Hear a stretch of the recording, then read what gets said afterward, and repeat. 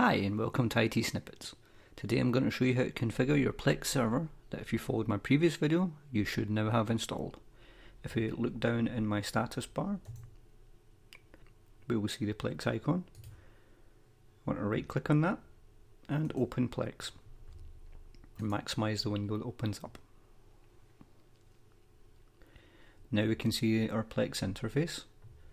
We want to click on Settings. Show Advanced is always handy here. Okay. Going through these settings, I generally leave these all as default. I'm only really interested in changing the server ones just now.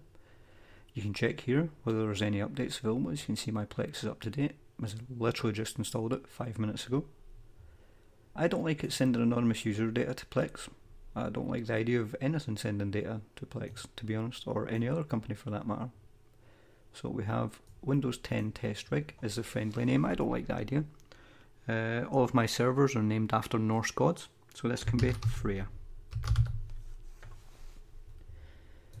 The local application data is stored. This is where, when you index your library, Plex will store the covers and the name of the actual film or TV series. So it's actually a good idea to know where that is.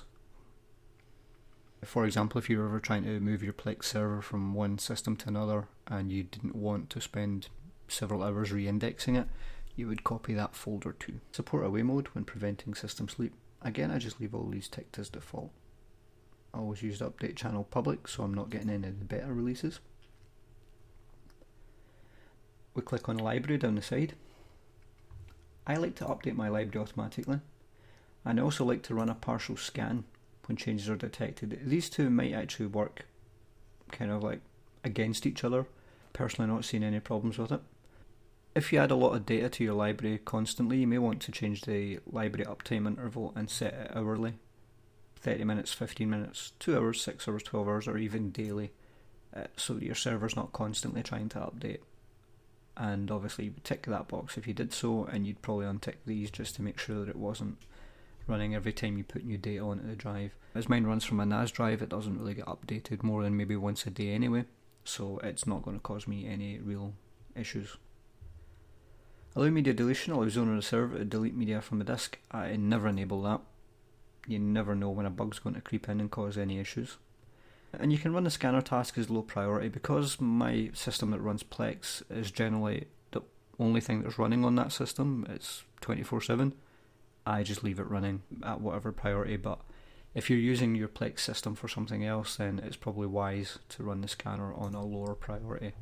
It means it'll take longer to do the scan, but it will actually finish without impacting the rest of your system, basically. So from the actual settings setup, that's pretty much all I actually change. So we'll go back to our home icon. Okay, so now we're at the dashboard. We need to add some stuff onto our library, some music, some TV shows, or some movies. In my case, I'm going to add some movies on it today, so I'm going to click Add Library, Movies. I'm just going to let it call it movies, I'm fine with that. And then click Next, and then I'll click Browse for Media. In the document, I'm going to put in the path to where my videos are currently stored, and click Add. Go into the advanced settings.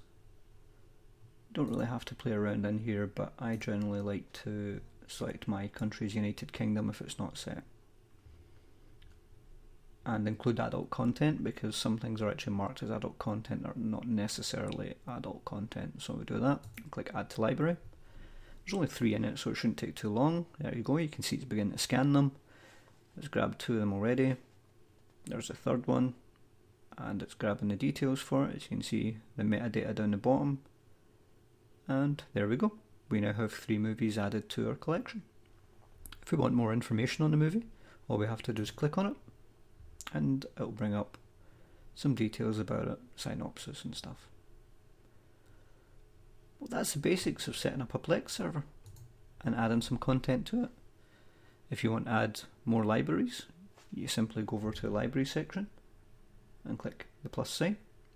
You can add music, you can add TV shows, you can have movies split across the network. I'll do a more in-depth tutorial at some point for users who are going to build larger systems that are possibly going to push out all around their family home. But for the time being, that's actually enough to keep you going and to actually set you up a nice little private server for all your movies, music and TV shows. If you liked this video, give it a like. If you disliked this video, give it a dislike too. If you get feedback on this or any other videos or suggestions for videos you believe we should do in the future, then please let us know in the comments below. And most of all, thank you for watching.